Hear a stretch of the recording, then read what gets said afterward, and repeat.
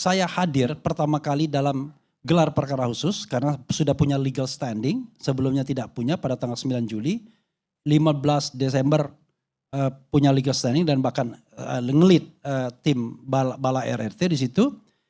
Kita melihat ini nggak jelas. Ini ada orang yang ditersangkakan tapi nggak jelas tempus deliktinya yang mana, lokus deliktinya yang mana, peristiwa pidananya yang mana, nggak jelas. Misalnya kenapa dia kena pasal penghinaan di mana, pasal fitnah di mana, pencemaran di mana, pasal ngoprek-ngoprek dokumen sampai 12 tahun itu di mana, nggak jelas. Kenapa begitu? Yang ditunjukkan kepada kita pada gelar perkara khusus, kan kita ingin dapat konfirmasi terakhir.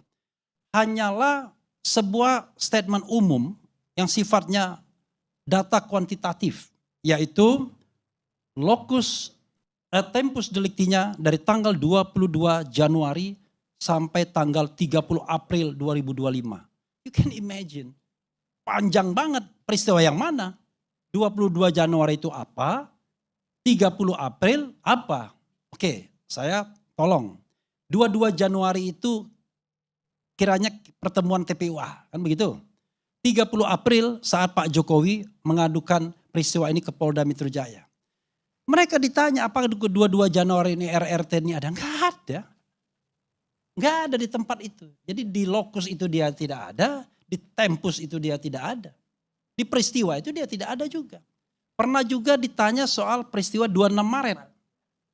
Di kayaknya TPUA juga itu di kantor Bang Egy Sujana. Itu pada waktu diperiksa sebagai terlapor atau sebagai saksi.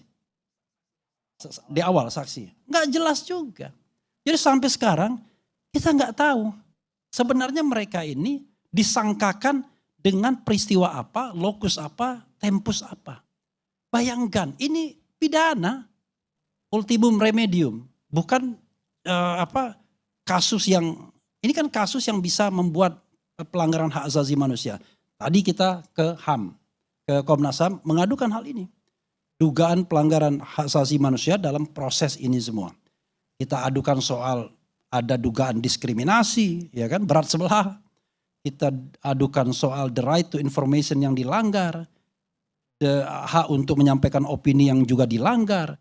Mereka ini, kalau orang menyatakan pendapat saja, menurut keyakinan saya, kan begitu, gak bisa kita dipidanakan kalau kita menyatakan pendapat.